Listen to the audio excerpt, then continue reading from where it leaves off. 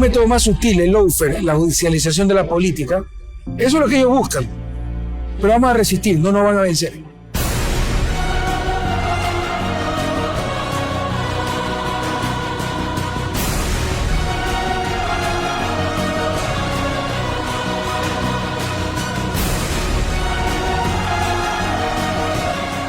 El lawfare es parte de una estrategia para destruir al progresismo posible, para destruir los tejidos productivos latinoamericanos y para justificar la destrucción y la privatización del Estado. Andrés Arauz, Observatorio de la Dolarización.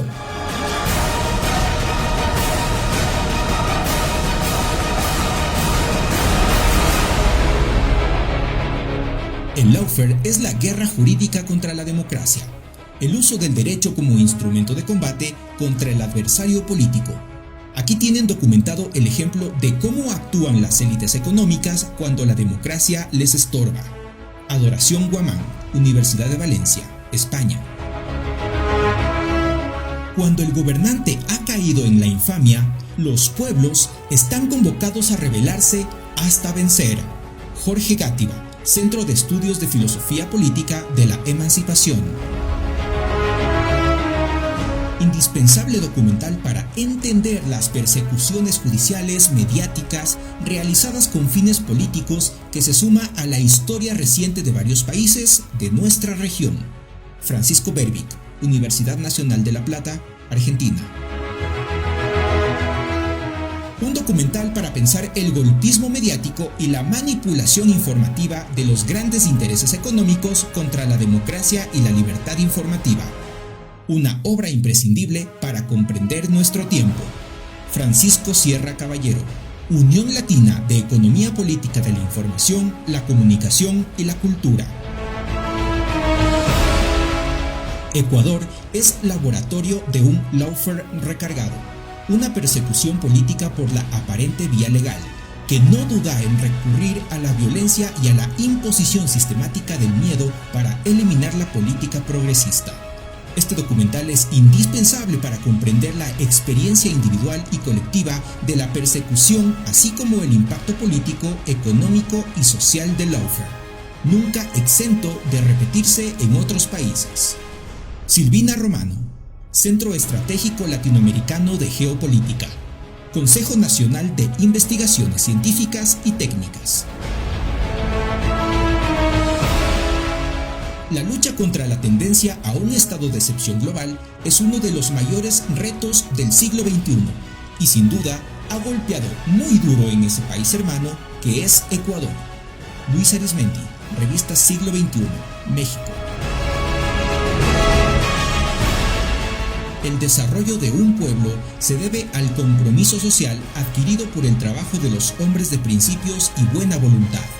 Hoy los ingratos persiguen a los justos, porque se impuso la ingratitud al deber cumplido, de ayuda mutua entre fuerzas que lucharon por el mismo objetivo.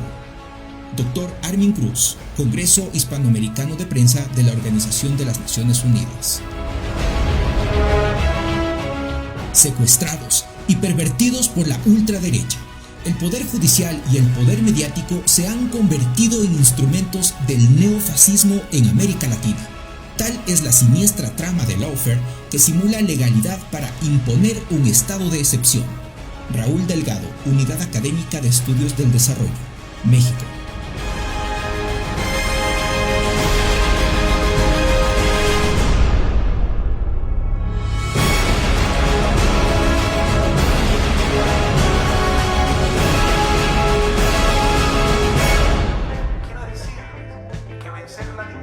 Línea Dura es una plataforma de la coordinadora migrante Eloy Alfaro. Somos migrantes que llevamos a la patria en el corazón y militantes que rompemos el cerco mediático con la verdad. Este documental lo dedicamos a nuestros compañeros que sufren persecución, sobre todo a ese gran ser humano, Jorge Glass Espinel. Saludos. Mi nombre es Mario Cornejo, director del documental Lawfare, el caso Ecuador. Quiero agradecer a todos quienes han colaborado en la realización de esta obra, que es un esfuerzo colectivo de un grupo de migrantes ecuatorianos quienes decidimos tomar acción para contar al mundo este capítulo negativo en la historia del país. Cuando hay persecución, se fragmenta la libertad, y sin libertad no hay democracia.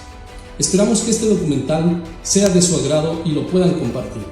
Con ustedes, Lawfare, el caso Ecuador.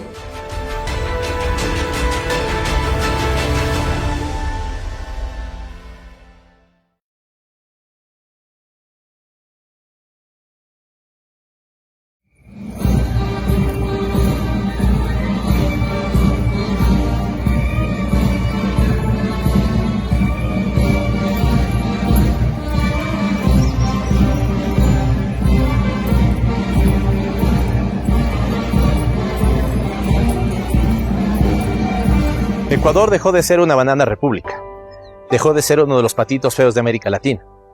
La década de 2007 a 2017 le permitió estar a Ecuador entre los países con los mejores resultados y logros de desarrollo en la región. En su década ganada, el país duplicó el tamaño de su economía.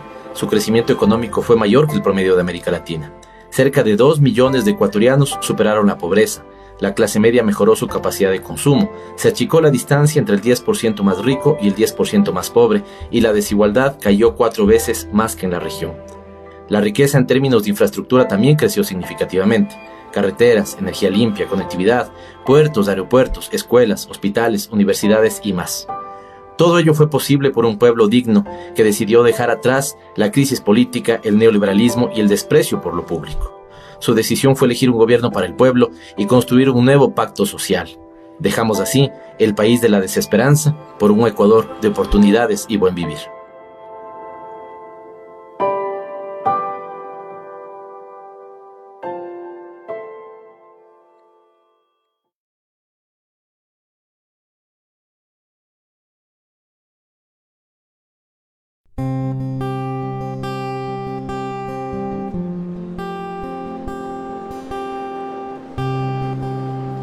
El pueblo ecuatoriano dijo basta a los gobiernos de la partidocracia. Le dijo basta a los banqueros ladrones.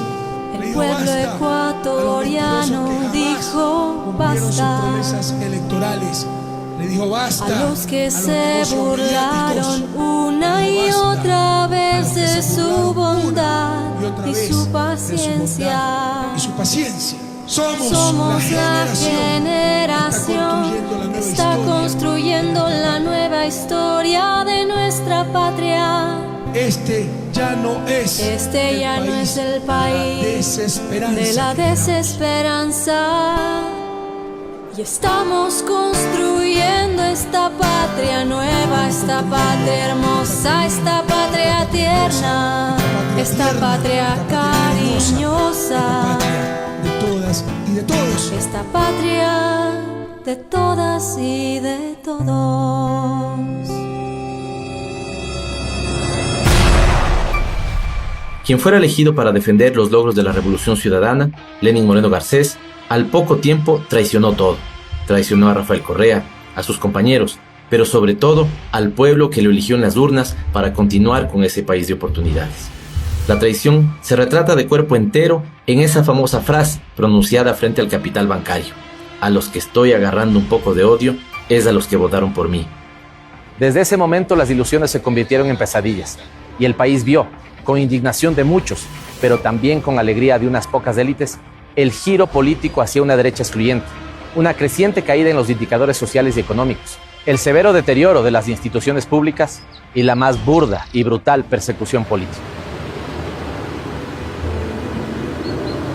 Gracias a Dios bien, obviamente pues con todo este acoso, persecución judicial, 20 juicios, orden de arresto en Ecuador, que aquí nadie le ha hecho caso, otra humillación para el país, pero claramente tranquiliza, ¿no? Y uno quería darle tranquilidad y tiempo a su familia.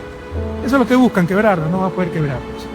Pero obviamente estoy con el corazón desgarrado de todo lo que está pasando en la patria, retroceso en todos los sentidos, seguridad, económico, dignidad, en todos los sentidos. Ellos tienen todo en estos momentos, poder mediático, siempre tuvieron el poder económico, se han apoderado de todo el poder del Estado, de todas las funciones del Estado. Solo le falta pueblo, eso lo tiene la Revolución Ciudadana. Pero obviamente siento vergüenza ajena, ¿no? Siento indignación y siento una profunda decepción, ¿no? Siento también un poco de responsabilidad, porque yo apoyé a esa persona y ha sido un traidor completo y un incompetente completo que nos hace quedar mal cada vez que habla en el exterior. Y solo vive para tratar de aplastarlo, para tratar de criticarlo. El recurso de los mediocres. Surgir no por su propio mérito, sino hundiendo a los demás. Y mira que la traición, para los que creen que esto fue una disputa entre compadres, la traición empezó en el primer día. Ahora se sabe que el 30 de mayo del 2017 se reunió con Paul Manafort, ex jefe de campaña de Trump, y Moreno mismo le ofreció entregar a Assange a cambio de que Estados Unidos lo apoye. Se ve que es un tipo que hasta la libertad de un ser humano, sus derechos, es una simple mercancía, un simple medio de trueque. Y este tipo pues es el que destrozó todo lo que habíamos construido en cuanto a dignidad, soberanía, principios. Nuevamente, es tan fácil destruir. Eso sí fue una decepción, ver la debilidad institucional de nuestro país, pero además con la complicidad de la prensa, que es lo que nos informa. Lo que yo pienso, alguien que ni conozco lo que me dice la prensa, si esa prensa es cómplice de este gobierno, la tarea de destruir lo que se ha hecho fue bastante fácil.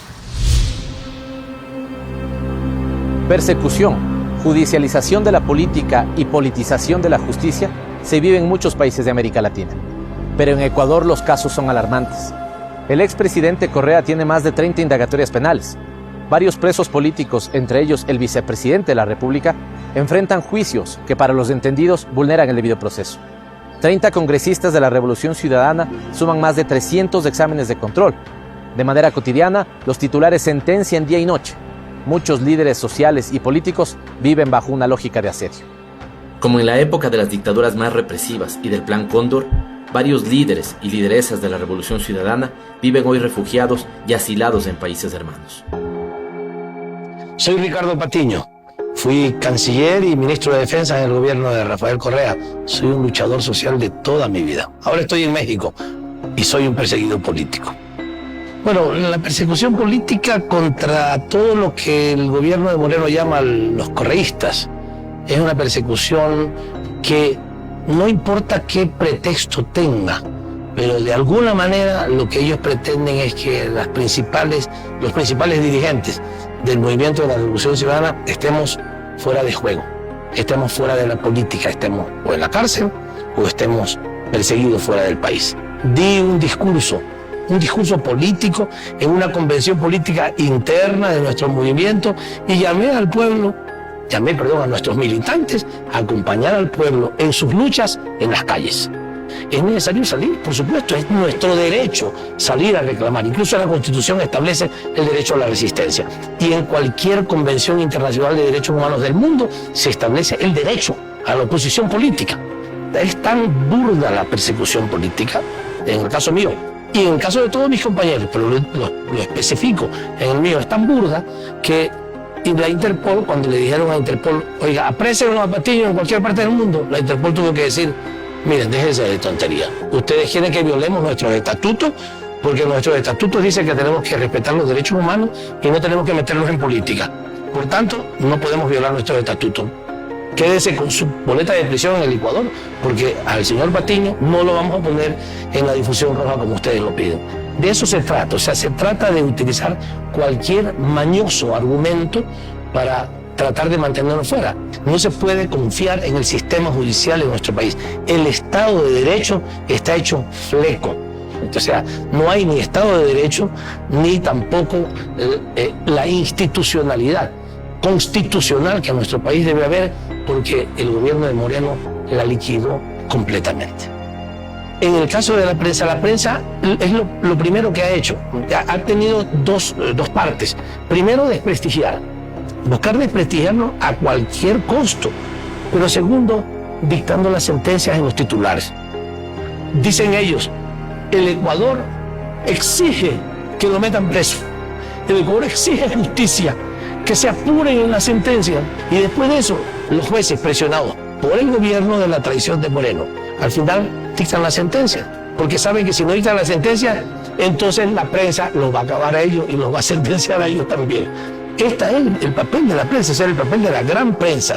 Es terrible, es absolutamente inmoral en nuestro país.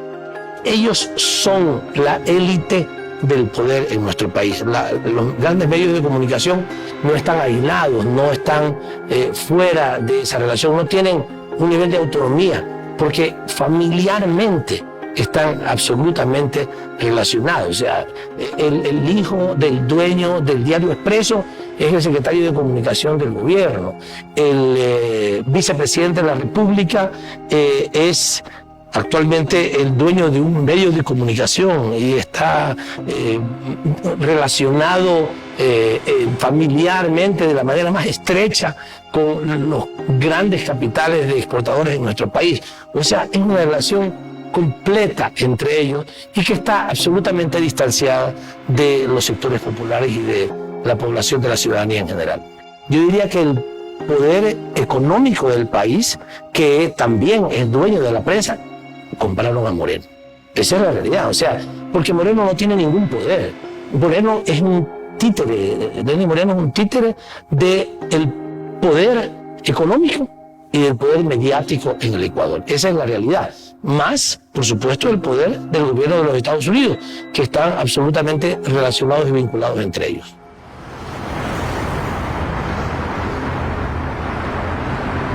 México, después de 30 años, vuelve a dar asilo político. Es el reconocimiento explícito de que hay persecución política en Ecuador.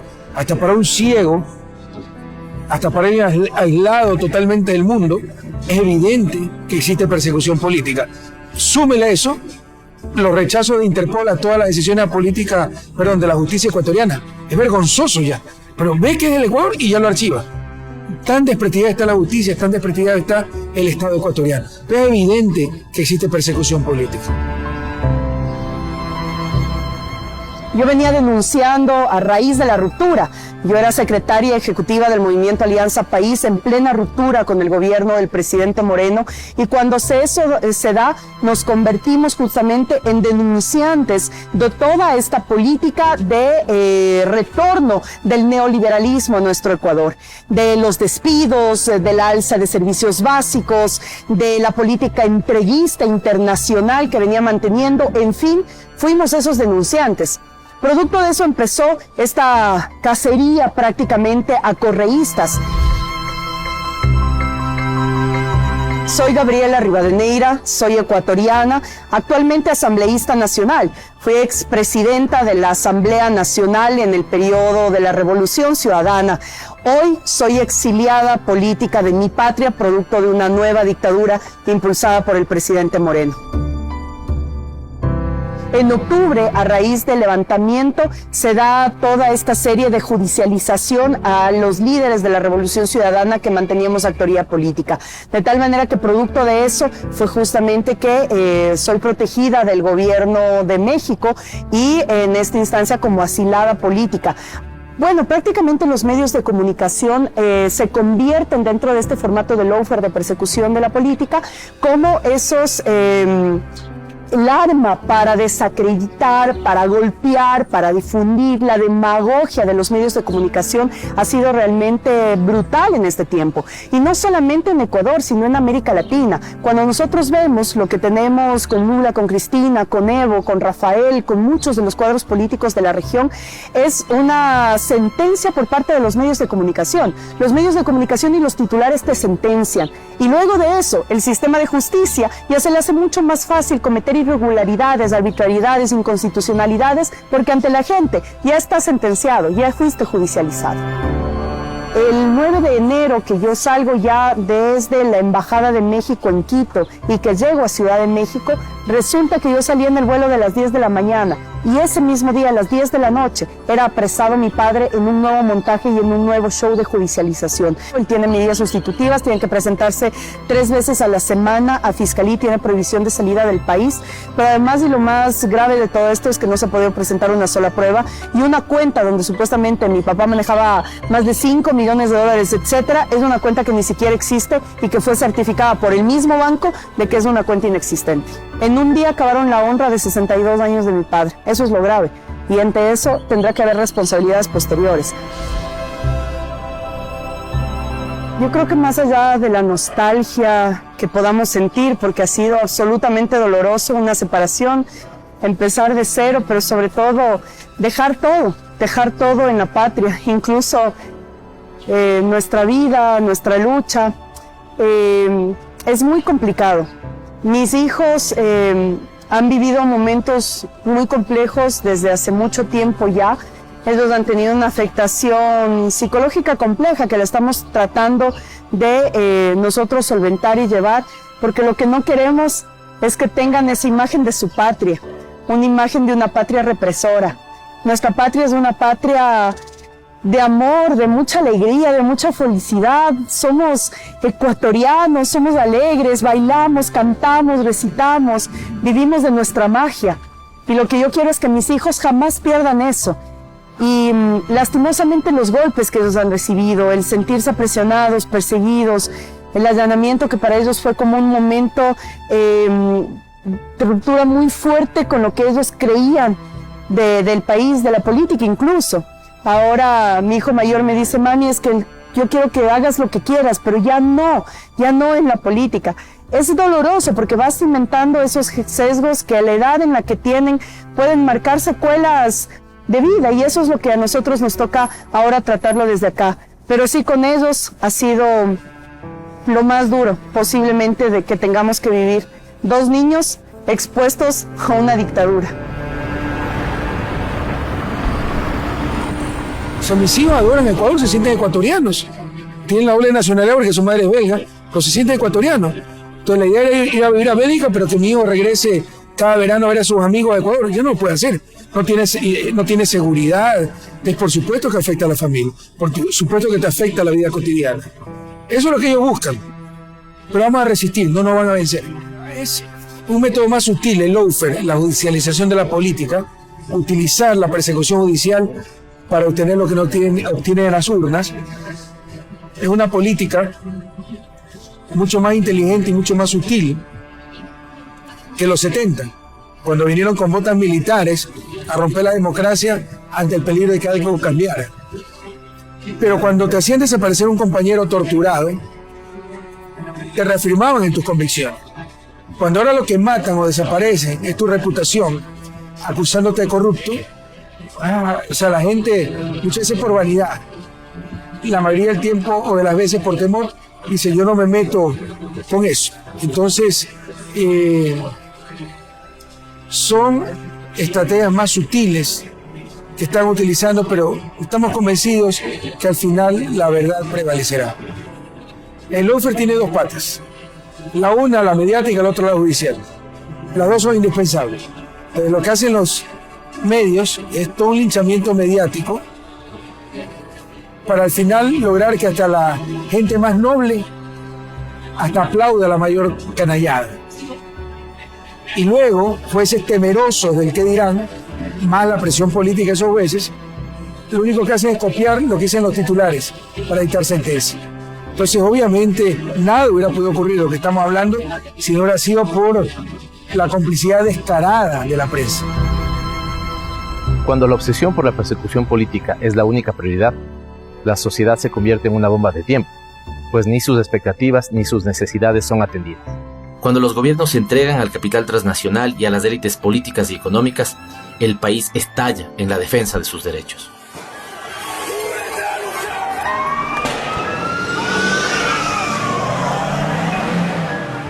La respuesta popular frente al paquetazo hace que el gobierno, para superar esta crisis política, lo haga a sangre y fuego, como nunca antes había sucedido en el Ecuador, por lo menos desde el retorno democrático. 12 muertos, 1.300 detenidos, la mayoría de ellos de forma arbitraria, 1.300 heridos. Esto no había pasado en el Ecuador. El gobierno cruzó la línea, y de esta manera se manchó de sangre para buscar resolver una crisis política generada por ellos mismos.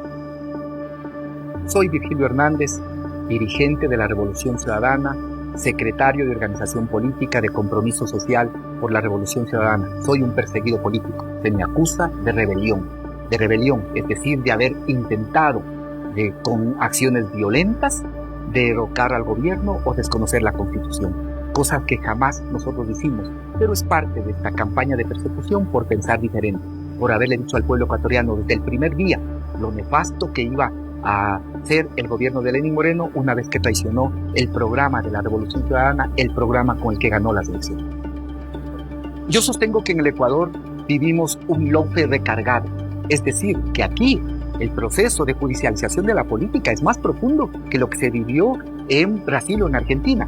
Aquí en el Ecuador se llegó a la reforma constitucional para impedir que Rafael Correa sea candidato a la presidencia. Aquí se nos persigue por la vía administrativa, se nos persigue por la vía judicial, pero además se nos proscribió a nuestra organización política. Durante casi 2 años estuvimos buscando la posibilidad de participar y se nos negó la posibilidad de hacerlo democráticamente. Tuvimos que hacer una alianza para poder participar en las elecciones del 2019 y ahora en el 2021. Por lo tanto, aquí vivimos un lawfare recargado. Reforma del marco constitucional, proscripción política, persecución administrativa, persecución judicial.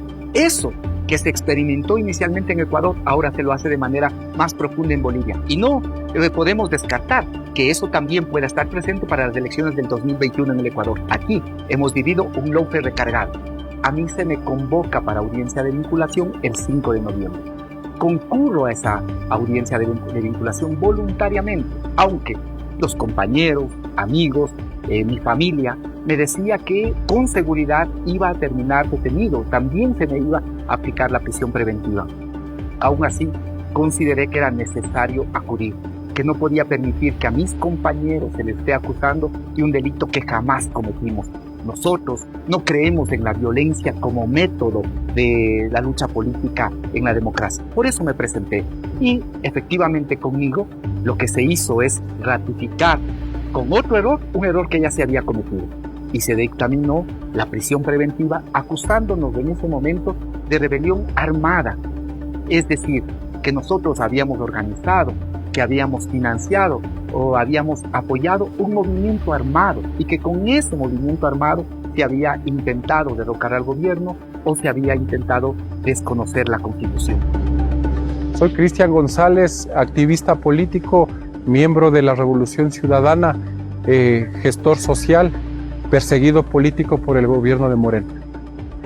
Yo estaba preso en una celda de 2x3 con 10 personas. Compartía un colchón, digamos una colchoneta pequeña con una persona adulto mayor también que estaba en las mismas condiciones que mí, privado de libertad. Estaba en un pabellón con 127 compañeros. En el CDP, cuando yo estuvieron más de 1.500 personas. Estaban haciéndose algunos temas de rehabilitación, pero nunca se logró tener verdaderas posibilidades y condiciones óptimas o al menos mínimas como seres humanos. Esa cárcel a nosotros nos ha comprometido más con el proyecto, nos ha comprometido más con la gente, nos ha comprometido más con nuestras familias, nuestros hijos que tuvieron que asumir y que enfrentar cosas bárbaras como que a su padre le señalen, le digan y mediante los medios de comunicación, digamos, alternativos y los oficiales corporativos grandes que defienden al gobierno, digan horrores y barbaridades de nosotros, o sea, digan de todo. Mi familia afectada, mis hijos afectados, todos en definitiva, pero con una nueva posibilidad de desde cero recuperar la patria y con una expectativa de que podamos hacer justicia en este caso y no permitir que lo que se ha hecho con nosotros se lo haga con otros compañeros y compañeras. ¡Abajo la persecución política! ¡Abajo la persecución política!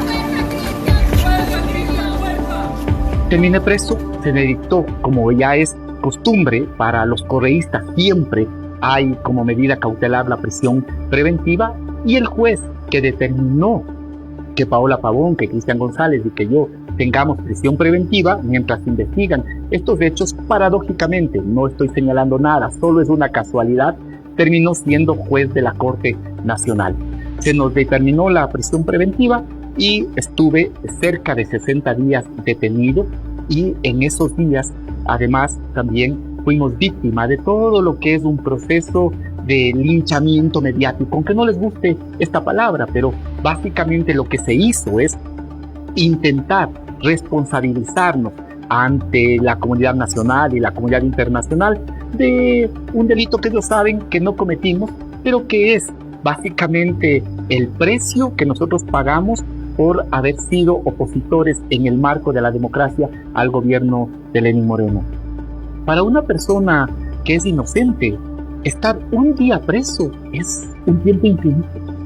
Y cada semana, mientras se consumen esos días, uno mira con desesperación lo que pasa y al mismo tiempo ve cómo la vida de uno se transforma, la vida de la familia. Mis padres tienen casi cerca de 90 años y mis padres eran parte de los plantones que se hacía que organizaban el Comité de Familiares y Presos Políticos. Mi hija, Claudia, tuvo que ponerse y participar activamente en ese comité de familiares y perseguidos políticos. Mi hijo de 14 años tenía que salir a los plantones con un cartel que decía: permitan que mi padre se defienda en libertad. Es muy duro. Esto te cambia la vida porque de un momento a otro te terminas bloqueado en el sistema financiero, se prohíbe enajenar los bienes que modestamente tienes, tu vehículo, tu casa, de tal manera que la defensa también se vuelve complicada. Y además de eso hay un proceso de estigmatización política como el que hemos vivido y que la propia Comisión Interamericana de Derechos Humanos ahora también da cuenta. Hemos tenido ahora en el siglo XXI, cuando estamos prácticamente iniciando la tercera década del siglo XXI, tenemos exiliados políticos, compañeros que han tenido que dejar su país, su familia, para poder refugiarse en otros países. Soy Sofía Espín, ex asambleísta de la República del Ecuador. Estoy en este momento en México. He solicitado refugio por la persecución política del gobierno de Lenín Moreno. Yo había solicitado refugio primero a Bolivia por los acontecimientos que todos conocen. Ya no era seguro para mí estar allí porque ocurrió una gran confrontación entre bolivianos y pues he venido a la Ciudad de México, en donde también solicité refugio, en donde hemos sido acogidos por esta gran tradición que tiene el pueblo mexicano del respeto a los derechos humanos. Nosotros salimos de Ecuador después de un feroz linchamiento mediático de casi 2 meses, en donde los medios me declararon culpable de algún delito por haber visitado a una persona privada de la libertad. Todos los días, de mañana, de tarde y de noche, el tema en los noticieros era la visita de la asambleísta Sofía Espín, correísta, a una PPL. Nunca pudieron demostrar nada, nunca pudieron demostrar que yo haya hecho algún ofrecimiento ilegal. Después de este terrible linchamiento me destituyen como asambleísta por la provincia del Guayas, de una manera muy irregular, de una manera viciada, y luego me empiezan un proceso penal. Yo como correísta sabía que prácticamente no iba a poder defenderme en libertad, que lo que me esperaba era la cárcel por no haber hecho nada, solamente por haber defendido mis principios. Después de mi destitución empezaron un continuo seguimiento extrajudicial, diría yo, porque no tenía ningún caso por el cual me puedan perseguir, pero me perseguían por tierra. Comenzaron donde yo iba, había personas extrañas alrededor mío. Comenzaron drones en mi casa que aterrorizaron a mi familia porque preguntábamos de dónde sale ese dron que está justo encima de nuestro patio y preguntábamos a los vecinos y no era nadie. Entonces comenzó una especie de terror en mi familia y por supuesto de miedo legítimo por lo que también le habían hecho a mis compañeros, al vicepresidente Jorge Glass, al exsecretario de Comunicación Fernando Alvarado y a varios compañeros. Y tomamos una terrible decisión, una muy dura decisión, porque nadie quiere estar fuera de su patria. Peor cuando uno estaba acostumbrado a luchar por su país. Y tuve que salir sabiendo que no había justicia en el Ecuador, que ya no había una justicia en la cual uno poder defenderse en libertad. Después de casi un año, la fiscal dicta un dictamen abstentivo, se abstiene de acusarme. Eso quiere decir que durante casi un año yo hubiera tenido que estar presa. ¿No? Y quién sabe, si yo hubiera estado en Ecuador, quizás esa farsa de juicio, quizás me hubieran dejado presa mucho más tiempo, porque era conveniente para el show político. Así me usaron para un show político en contra de una corriente progresista en el Ecuador. Nos tocó prácticamente después de esta persecución, a mi hermana la botaron del trabajo por ser cercana a mí, mi esposo tuvo que renunciar para acompañarme, yo ya no pude cubrir lo que cubría en la casa, pues yo mantenía a mis sobrinitos, una nena de 2 años, un niño de 8 años, a quien le pagaba su colegio, su vestimenta, sus medicinas. Mi sobrino tiene asma, ya no podía hacerlo.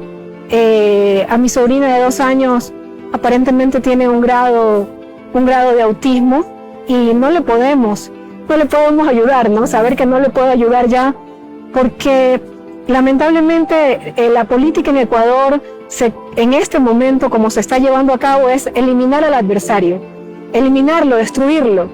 No les importa el daño que hagas, ¿no? Durante este año, ver a mi padre enfermo, a mi madre llorando cuando hacíamos conexiones por Facebook Live, por algún método de redes sociales, realmente ha sido muy duro, ¿no? Ellos, ahora mismo, a pesar de que ya hay un dictamen abstentivo, mi madre no quiere que regrese al Ecuador, porque tiene miedo, porque vio cuánto lloramos, cuánto sufrimos, cuánto tuvimos que desatender a nuestros sobrinos, ¿no? Han confundido lo que es la democracia, ¿no? A los opositores políticos se les gana en las urnas, no eliminando, encarcelando o manteniendo fuera del país a opositores políticos. Soy Soledad Buendía, asambleísta ecuatoriana. Estoy asilada en la Ciudad de México por haber sido perseguida por el gobierno de Lenín Moreno.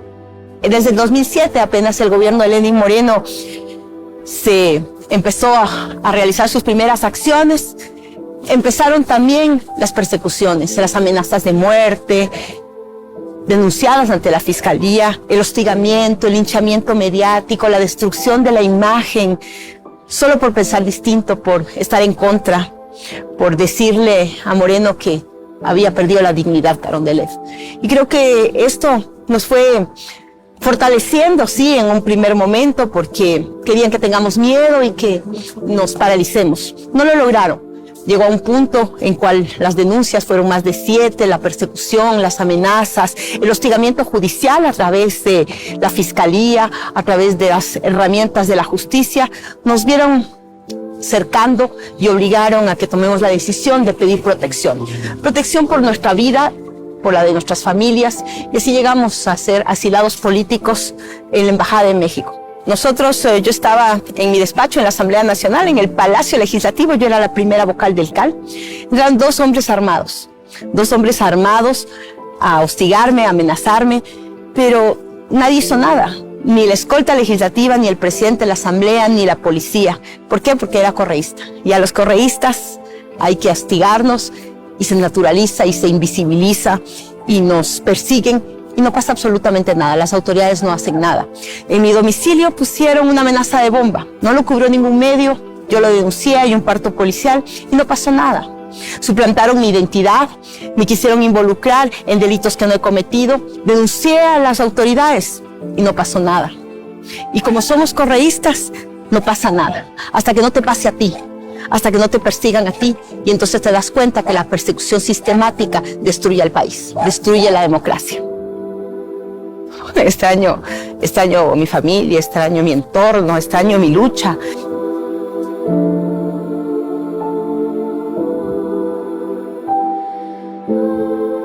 La corrupción no ha podido ser probada en ninguno de nuestros líderes. No somos enjuiciados ni hemos sido enjuiciados ninguno de nosotros por corrupción. Contra Glass, que es nuestro vicepresidente, que tiene un juicio, no ha sido probado, no hay pruebas. Sencillamente fueron las fuerzas de la circunstancia, el odio y el poder en manos de quien no se lo merece, quien lo llevó a estar 2 años y medio preso.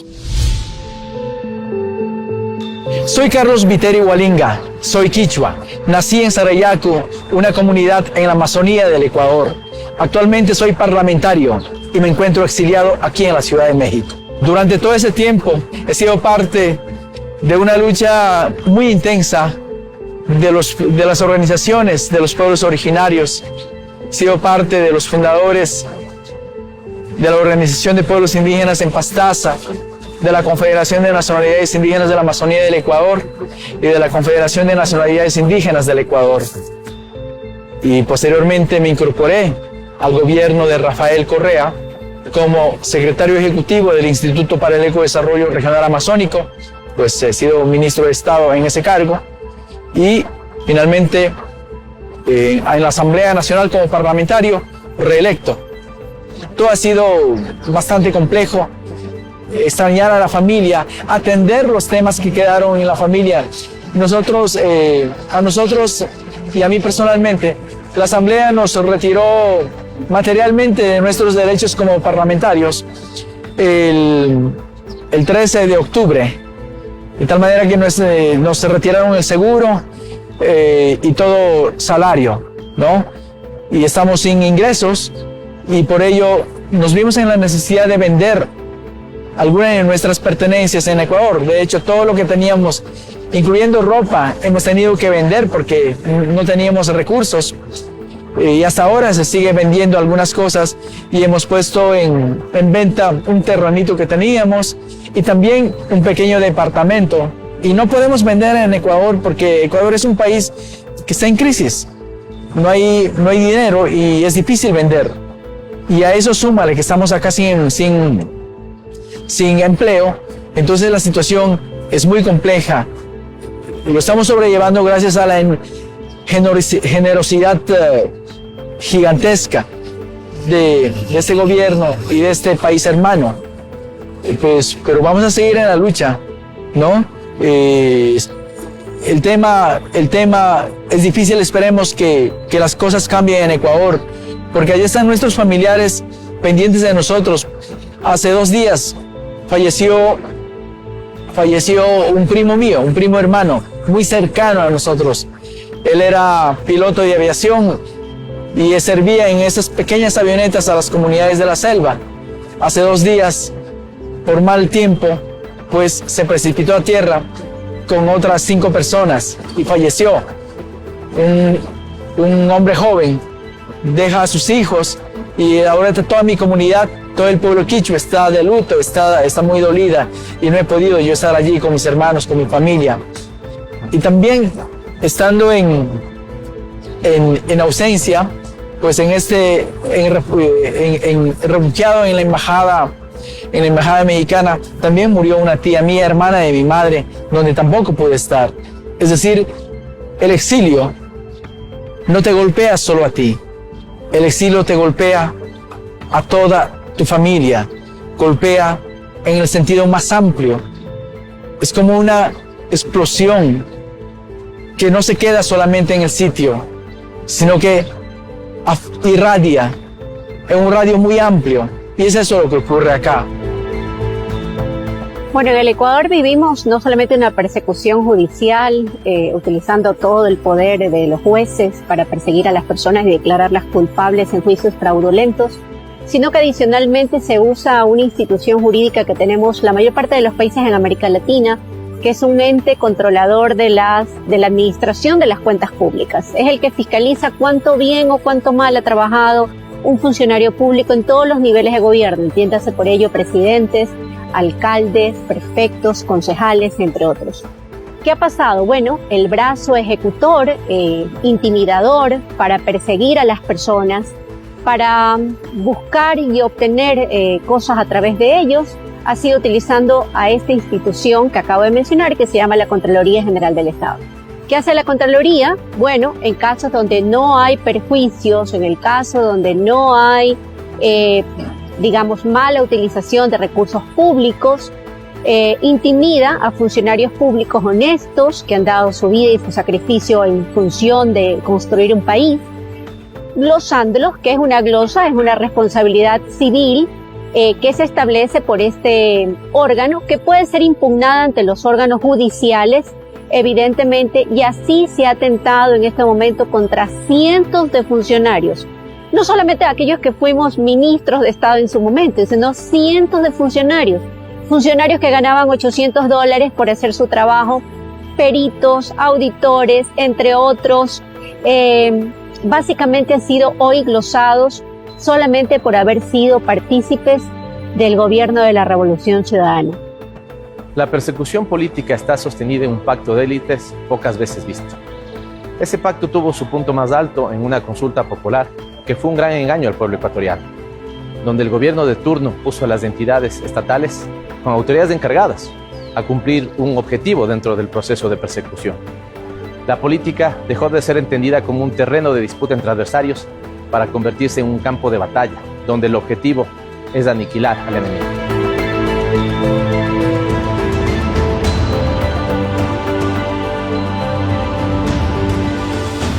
Soy Edwin Jarrín Jarrín, fui vicepresidente del Consejo de Participación Ciudadana y Control Social.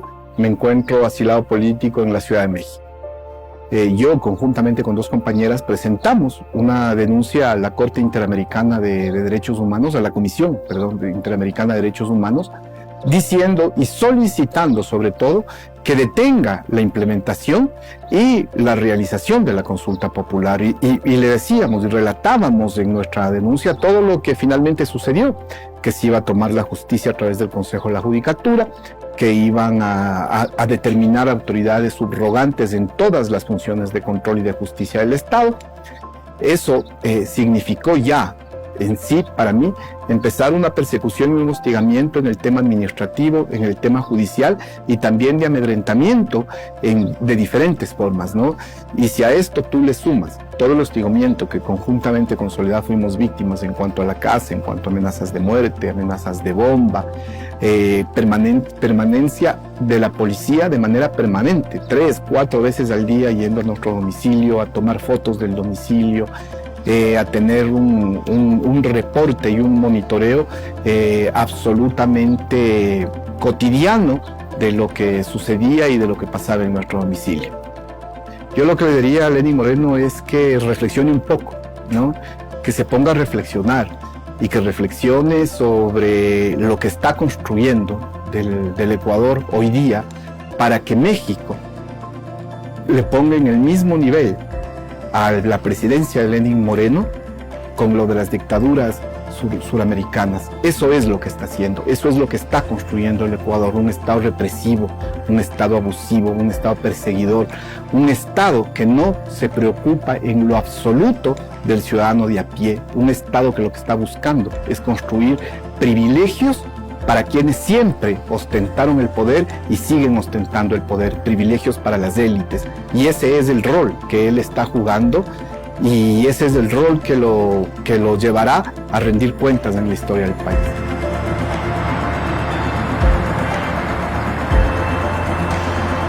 Soy Tania Pauker.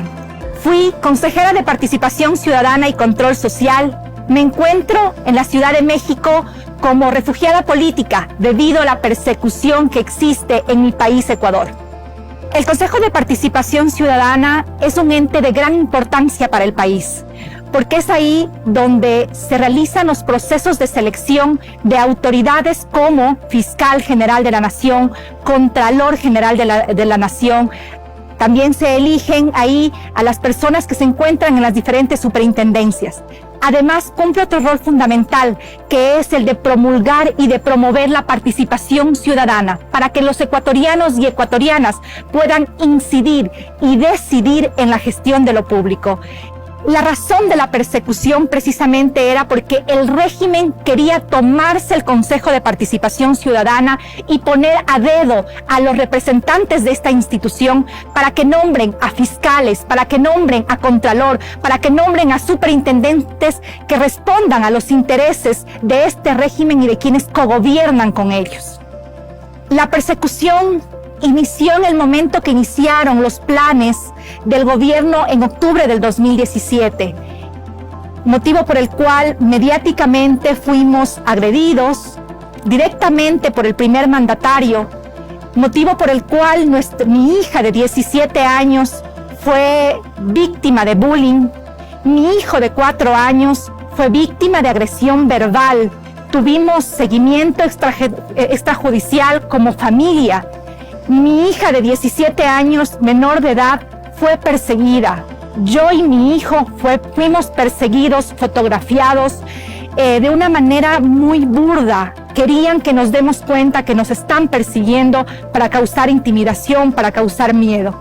Esos fueron los motivos por los cuales decidimos pedir protección a los Estados Unidos mexicanos y hoy estamos aquí en Ciudad de México. Sacrificando espacios de familia, en el momento en el que sentías que la gente se alejaba por temor, porque la gente tenía miedo de ser perseguido igual. Entonces te dolía, te duele en el alma y comprendes que es lo mejor, que no estén muy cerca de ti, que no se acerquen más o que no te vean, que compartes un momento con ellos para no hacerles víctimas también de ataques o víctimas de seguimientos.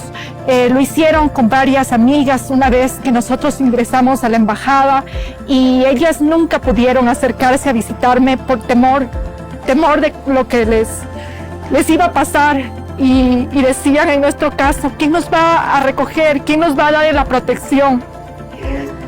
Y definitivamente duele, cala mucho en el alma de que no puedes estar en tu tierra porque tuviste que pedir protección a otro país, que otros, gracias a su historia diplomática, te hayan protegido y hayan salvado tu vida.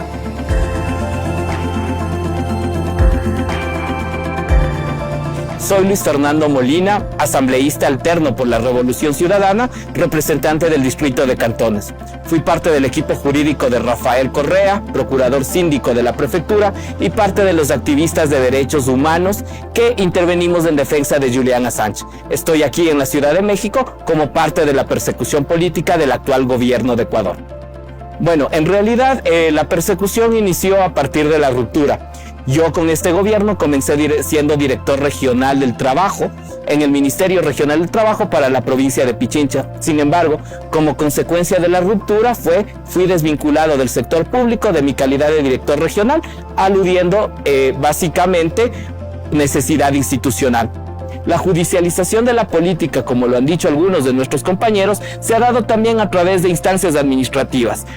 Posteriormente, en el mes de octubre, y esto es parte, ¿no?, de la persecución política, el hostigamiento extrajudicial hacia mi domicilio y hacia todas las actividades que realizaba se polarizó, se multiplicó básicamente. Cuando la persecución política, cuando la judicialización de la política y cuando la prisión preventiva es la regla y no es la excepción, como decía un profesor en mi doctorado, que lo estoy siguiendo porque me vinculo en el tema académico, es una clara muestra de que no existe un Estado de Derecho. Io ho venuto a osservare lo que se puede llamar el caso Ecuador, porque yo conozco ya otro caso muy controvertido, muy problemático, el caso de Jorge Glass, el ex vicepresidente del Ecuador, que está en cárcel con una acusación que yo leí, me parece, sin prueba. Caso con muchas anomalías, yo estoy aquí para ver si el Estado de Derecho está bien en Ecuador o está mal. Yo creo que está muy mal. Aquí nosotros tenemos un fenómeno muy peligroso que se llama de la judicialización de la política y la politización de la justicia.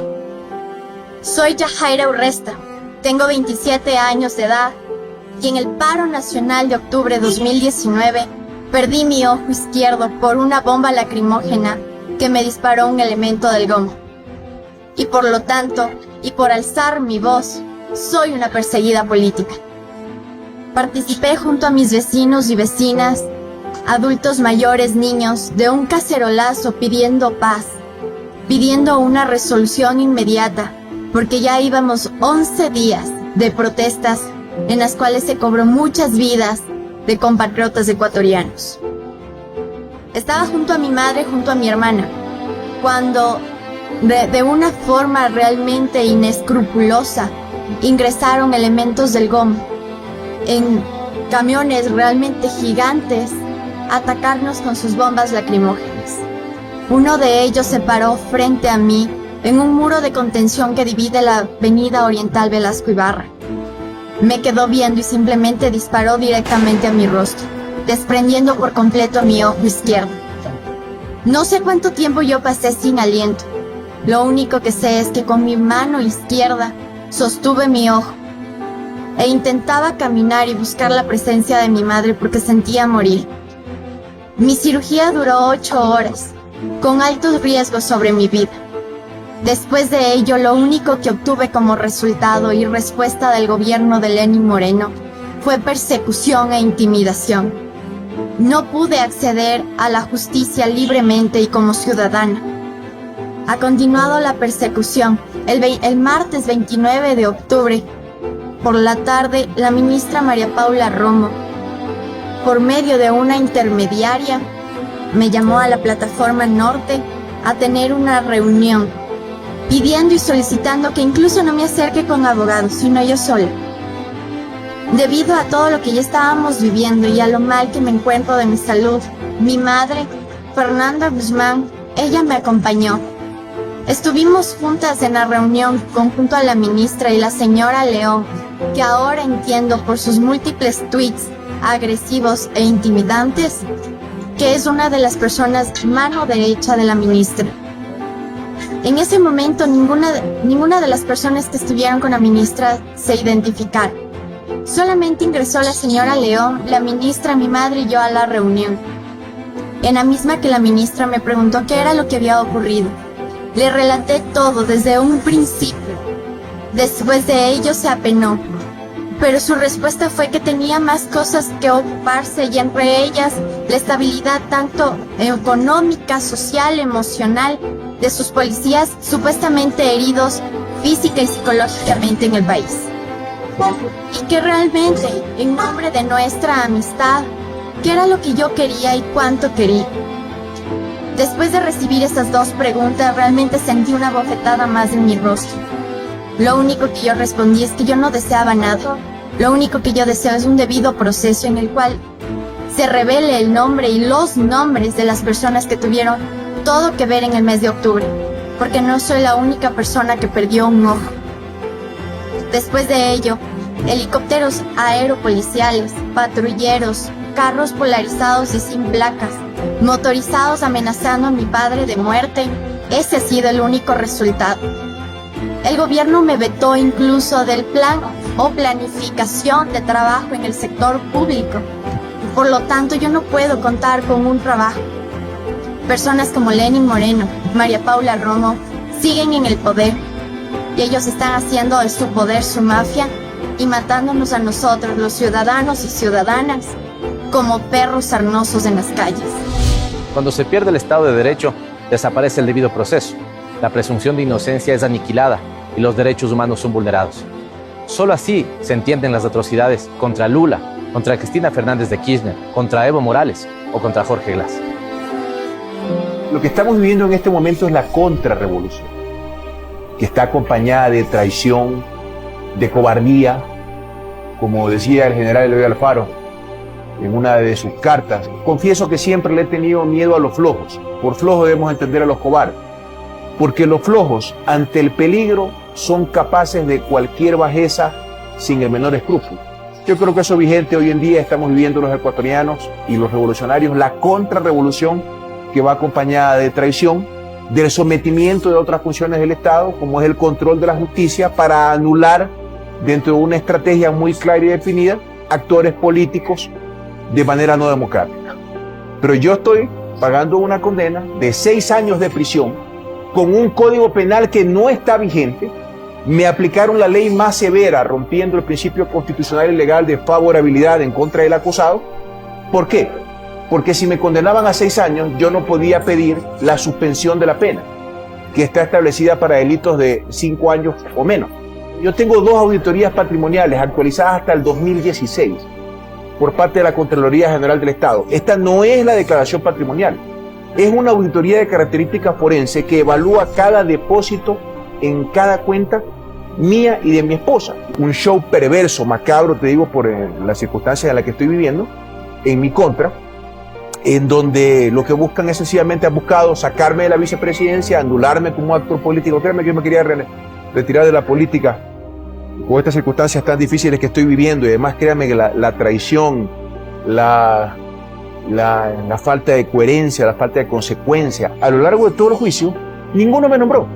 ningún informe me nombró, nadie me acusó, todos de hecho la mayoría dijeron que no me conocían, que jamás me habían visto, que jamás había llamado yo a influenciar o a pedir algo. Los otros procesados, Masud, Terán, Verduga, declararon que no me conocían, pero sin embargo es un juicio con una clara orientación política. La lectura de la sentencia es sencillamente lo que acusó Santos, el corrupto confeso que fue exculpado por parte del fiscal general para cumplir su pacto con Odebrecht.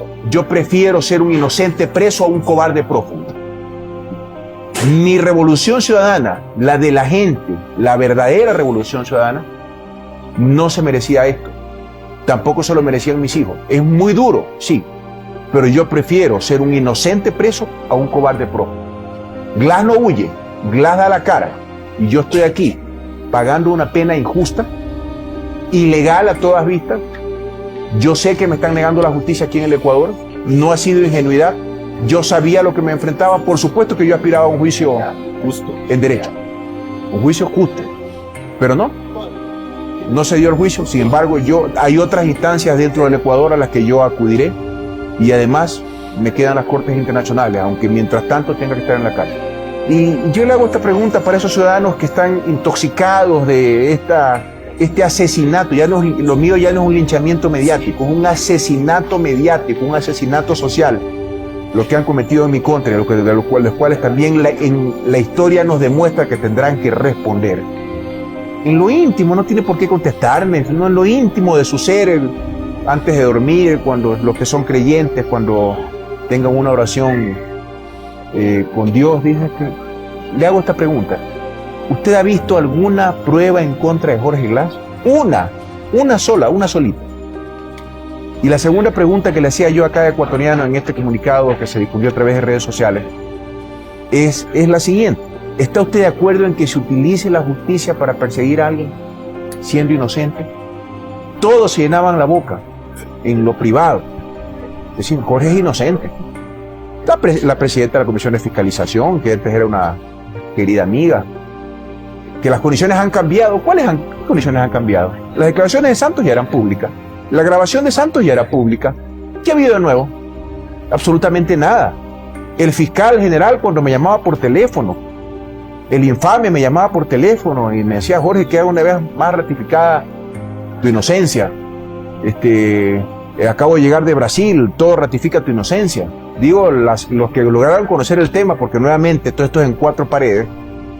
Cuando el perito de apellido Hurtado, designado por el Consejo de la Judicatura, quiso exponer su informe diciendo que no tenía validez probatoria porque no podía ser verificado el contenido del pendrive, anularon su informe. No permitieron que lo presenten. Y luego el fiscal lo amenazó de fraude procesal. Porque el perito, pobre hombre, yo nunca lo había visto antes, dijo la verdad, que el pendrive no era prueba. Entonces, todo ha sido un show.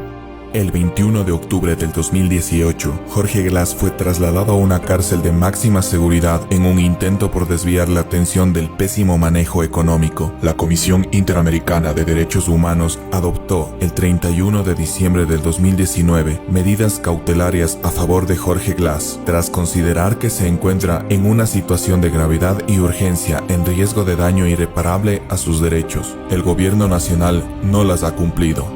Primero, siento que me acompaña Dios, mi familia y la verdad. Y yo defenderé la verdad hasta el último de mis días. Así me tengan en la cárcel. Desde el 5 de enero de 2018, fecha de última entrevista con el portal Línea Dura, el gobierno ecuatoriano ha negado la posibilidad de entrevistas. El 1 de octubre del 2019, el régimen de Moreno toma medidas económicas que, entre otras cosas, implicaban el 160% de incremento de los combustibles en el Ecuador. Esto genera una serie de movilizaciones, manifestaciones espontáneas de la ciudadanía. El 7 de octubre del 2019, Moreno, en una rueda de prensa acompañado de los representantes del Comando Conjunto de las Fuerzas Armadas, responsabiliza del supuesto caos en el Ecuador a dirigentes de la Revolución Ciudadana.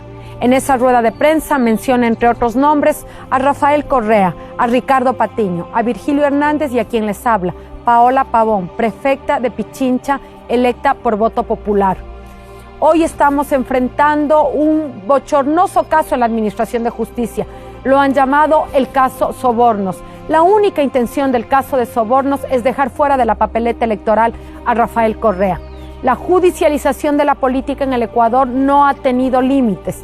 Han utilizado a fiscales, han utilizado a jueces, han utilizado a la Contraloría General del Estado para atemorizar a quienes desde un primer momento expresamos nuestra oposición a este régimen que sin duda le traicionó al pueblo ecuatoriano. Aproximadamente a las 5:15 de la madrugada, un número de efectivos de la policía y de la fiscalía arremetieron, rompiendo propiedad comunitaria, propiedad privada, a mi hogar. Incluso ingresaron a mi habitación mientras yo me encontraba arreglándome, vistiéndome después de la embestida que recibió mi hogar. Siempre reclamé, lo dije públicamente, hubo oficiales, mujeres que tenían que precautelar mi privacidad, que tenían que precautelar mi derecho a la intimidad y sin embargo no lo hicieron. Desde ese momento entré en un tobogán de angustia, fui llevada a la unidad de flagrancia. Por más de 24 horas no tuve una audiencia a llamamiento a juicio, lo cual es ilegal porque nuestra normativa establece que nadie puede estar detenido por más de 24 horas si no ha sido llamado a juicio y se ha evidenciado cuáles son los indicios, cuáles son los elementos de convicción para esa detención. A pesar de ser una autoridad electa, fui trasladada a una cárcel de máxima seguridad. Estuve detenida en la cárcel de La Tacunga, en donde mis condiciones de seguridad fueron muy gravemente afectadas. Sin duda soy una persona con un alto nivel de conocimiento y esto implicaba un riesgo inminente para mi vida y para mi seguridad. Realmente han sido momentos muy duros, muy dolorosos. He visto el sufrimiento de mis padres, de mi hermana, de mi sobrino, de mi compañero, personas que de la noche a la mañana tuvieron que enfrentar una pesadilla en la cual sentían que no había justicia que pueda acompañar este requerimiento, que era un requerimiento de familias que terminan siendo víctimas de esta persecución política. Siempre digo, no solamente estuve presa, estuve aislada, había una orden directa para que ni policías, ni privados de la libertad, ni guías penitenciarios hablaran con nosotros. Posiblemente de las experiencias más duras fue comprobar en carne propia la situación tan dura y difícil que vive nuestro compañero Jorge Glass. Jorge no solamente está detenido más de 2 años y medio, Jorge está incomunicado, Jorge está conminado a un espacio en donde no tiene diálogo con persona alguna, solamente cuando recibe las visitas hay algún tipo de diálogo entre Jorge y los compañeros. De las cosas que más me marcaron esos 60 días en la cárcel de La Tacunga fue ver el dolor de un hombre como Jorge que está totalmente aislado. Desde el 7 de octubre, a través de los medios de comunicación, de cadenas masivas de televisión, el régimen de Moreno nos responsabilizaba a nosotros. Los medios de comunicación empezaron, falseando la verdad, a contar una historia que no existía. Hay persecución política. Lastimosamente, este régimen que se disfraza de demócrata es un régimen que no ha buscado contrastar, que no ha buscado diferenciarse de los sectores de oposición desde la democracia, sino al contrario, buscar la proscripción política. Pedirle al pueblo del Ecuador que resista. Esto no va a durar toda la vida. Esta persecución política no va a durar toda la vida. Todavía hay esperanza en la justicia ecuatoriana. Yo creo que algo va a pasar. Van a tener ahí un rezago de luz en la mente y se van a dar cuenta de que no se puede juzgar por algo tan trascendental como es la vida, la libertad de un ser humano y engañar a un pueblo, y engañar a un Estado, y engañar a la comunidad internacional diciendo que hay un delito. ¿Solo qué? Para sacarle de la vida pública a un ciudadano. Lo más triste es que ven esto como una caricatura de proceso, como que es un mal chiste, que esto debería terminar en cualquier momento, pero que no va terminando, y que más bien se va desarrollando y siendo ya una verdadera amenaza contra la libertad y los derechos del expresidente. Sí, yo creo que la vida de él está en peligro. Alguien ha dicho, y creo que no es inusitado decirlo, que esta gente que odia a Correa, porque afectó en su momento sus poderes descomunales, a veces tan oscuros y tan desconocidos, que no nos atrevemos siquiera a hacer un diagnóstico sobre ellos, pues no quieren verle solamente preso a Correa. Hay gente que quiere verlo muerto. Tratemos de lograr una verdadera independencia judicial. Si no, será el cuento de nunca acabar. Hoy somos nosotros los perseguidos. Mañana cambia el poder, serán ellos los perseguidos. Y nos pasaremos así la vida, gastando energía para destruirnos mutuamente cuando se requiere esa energía para sacar adelante a la patria. Y obviamente el mensaje a la patria grande: ya basta, ya basta. Es demasiado evidente el lawfare. Tiene que funcionar el sistema interamericano. Tiene que haber límites regionales para proteger la democracia, los derechos humanos, el orden constitucional. O se harán los abusos que estamos viendo, como lo que ocurre en Ecuador, en Bolivia, en Brasil, donde le robaron no solo la libertad a Lula, sino la democracia a Brasil, porque si Lula era candidato a ser el presidente. Para que no se repita lo que ocurrió en Argentina, felizmente ganaron las elecciones, pero mire toda la persecución durante 4 años contra Cristina Fernández de Kirchner. Mientras más nos golpean, más nos reafirman, porque además piensan que golpeándonos nos vamos a callar. Eso es la inconsistencia más grande.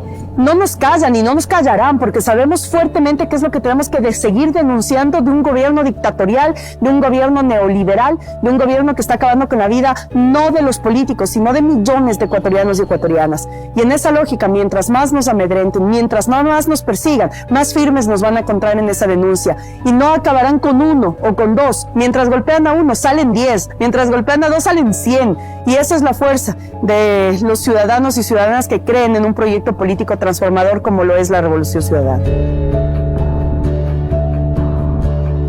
La persecución política pone a la ciudadanía frente a un dilema ético: callar y aceptar el regreso de los momentos más oscuros de América Latina, o enfrentar el momento, recuperar la soberanía de los pueblos y retomar procesos de desarrollo para todas y todos.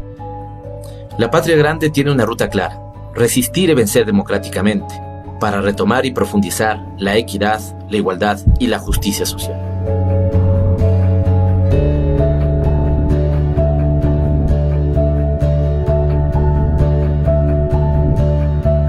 En medio de la noche que me cubre, negra como el abismo de polo a polo, agradezco a cualquier Dios que pueda existir por mi alma inconquistable.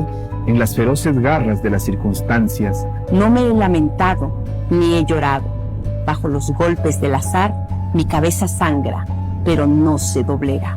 más allá de este lugar de ira y lágrimas. Se acerca inminentemente el horror de la sombra. Y aún así, la amenaza de los años me encuentra y me encontrará sin miedo. No importa cuán estrecha sea la puerta, cuán cargado de castigos la sentencia. Soy el amo de mi destino. Soy el capitán de mi alma.